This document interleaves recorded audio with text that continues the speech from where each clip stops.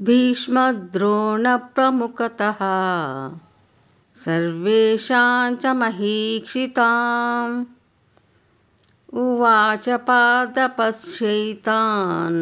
సమవేతాన్ కురోనితి. భీష్ముడు, ద్రోణాచార్యుడు మరియు ఇతర రాజుల సమక్షంలో శ్రీకృష్ణుడు ఇలా అన్నాడు: ఓ పార్థ, ఇక్కడ కూడి ఉన్న కురు వంశస్థులను చూడుము. కురు అన్న పదం కౌరవులకు, పాండవులకు ఇద్దరికీ వర్తిస్తుంది.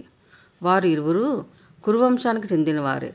శ్రీకృష్ణుడు ఉద్దేశపూర్వకంగానే కావాలనే ఈ పదాన్ని వాడి అర్జునుడిలో బంధుత్వ భావన తెప్పించి వారందరూ ఒకటే అన్న భావన కలిగిస్తున్నాడు.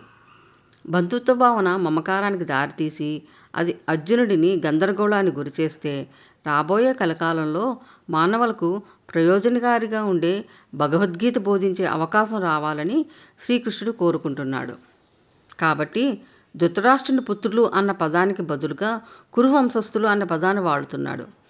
ఎలాగైతే శస్త్రచికిత్స వైద్యుడు కురుపుతో ఉన్న రోగికి మొదట్లో దానికి చీము పట్టి ముదిరే మందు ఇచ్చి తర్వాత ఆ యొక్క రోగగ్రస్తమైన భాగాన్ని తీసివేయడానికి శస్త్రచికిత్స చేస్తాడో, భగవంతుడు కూడా ఆ విధంగానే పనిచేస్తున్నాడు.